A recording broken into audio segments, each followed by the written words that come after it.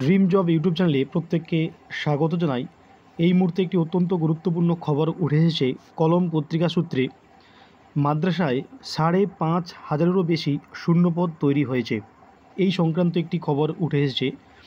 বিগত কয়েকদিন আগে ডিএমই তরফ থেকে ৬১৪টি মাদ্রাসায় জানতে চাওয়া হয়েছিল কতগুলি শূন্যপদ রয়েছে, এবং সেই শূন্যপদ চাওয়ার পর আজকে অফিসিয়ালি কলম পত্রিকায় একটি খবর উঠে এসেছে যে প্রধান শিক্ষক, সুপারিনটেন্ডেন্ট এবং সহকারী শিক্ষক এই তিনটি স্তরে মোট কতগুলো শূন্য পদ জমা হয়েছে। কলম পত্রিকা জানাচ্ছে যে প্রধান শিক্ষক পদে 250টি, সুপারিনটেন্ডেন্ট পদে 70টি এবং সহকারী শিক্ষক পদে 5,000-এরও বেশি শূন্যপদ তৈরি হয়েছে। পিপি ফর্মে 614টি মাদ্রাসায় এই আপডেট দেওয়ার কথা জানানো হয়েছিল। তা সত্ত্বেও মোট 35টি মাদ্রাসা এখনও শূন্যপদ জমা করেনি। 614টি মাদ্রাসার মধ্যে 35টি বাদ দিলে প্রায় প্রত্যেকটি মাদ্রাসা তাদের শূন্যপদ জমা করেছে, এবং সেখান থেকে কলম পত্রিকা জানাচ্ছে যে সহকারী শিক্ষক পদে প্রায় 5,000 বেশি শূন্যপদ তৈরি হয়েছে। কলম পত্রিকা এটাও জানাচ্ছে যে খুব শীঘ্রই মাদ্রাসা সার্ভিস কমিশন এই পদগুলিতে শূন্য পদে নিয়োগ শুরু করতে চলেছে।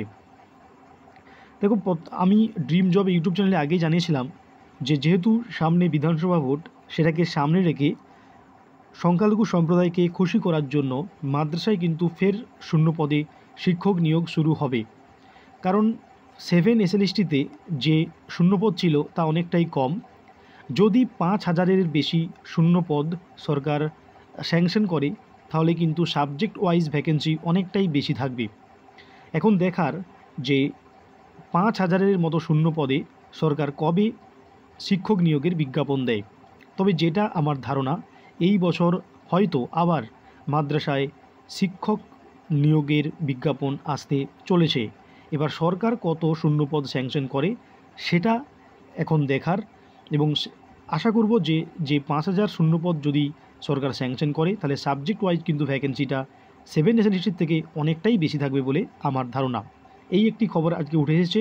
আবার জানিয়ে দিচ্ছি যে প্রধান শিক্ষক পদ 250টি শূন্যপদ রয়েছে, সুপারিনটেন্ডেন্ট পদে 70টি এবং সহকারী শিক্ষক অ্যাসিস্ট্যান্ট টিচার মোট 5,000 সমস্ত সাবজেক্ট মিলিয়ে শূন্যপদ তৈরি হয়েছে।